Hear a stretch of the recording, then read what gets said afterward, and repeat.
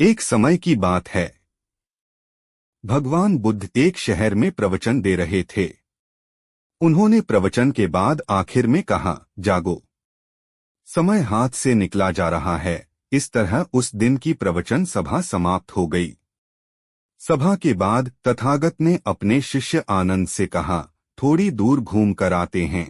आनंद भगवान बुद्ध के साथ चल दिए। अभी वे विहार के मुख्य द्वार तक ही पहुंचे थे, लेकिन वहीं पर रुक गए।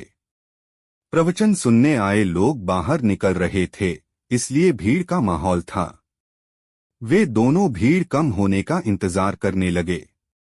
इसी बीच उस भीड़ से निकलकर एक स्त्री भगवान बुद्ध के नजदीक आई और उसने हाथ जोड़कर कहा, तथागत, मैं नर्तकी हूँ। आज नगर के श्रेष्ठी के घर मेरे नृत्य का कार्यक्रम पहले से तय था, लेकिन मैं उसके बारे में भूल चुकी थी।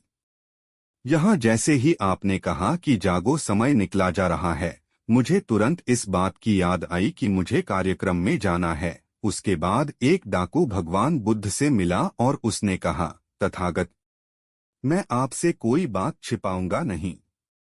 मैं भूल गया था कि आज मुझे एक जगह डाका डालने जाना था, पर आज उपदेश सुनते ही मुझे अपनी योजना याद आ गई। इस तरह एक बूढ़ा व्यक्ति भगवान बुद्ध के पास आया और उसने कहा, तथागत, जिंदगी भर दुनिया भर की चीजों के पीछे भागता रहा।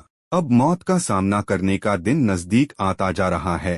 अब मुझे लगता है कि सारी जिंदगी यूं ही बेकार हो गई। आपकी बातों से आज मेरी आंखें खुल गई। आज से मैं अपने सारे मोह छोड़कर निर्वाण के लिए कोशिश करूंगा। जब सब लोग चले गए तब भगवान बुद्ध ने कहा, आनंद, ध्यान दो, प्रवचन मैंने एक ही दिया, लेकिन उसका हर किसी ने अलग अलग मतलब निकाला।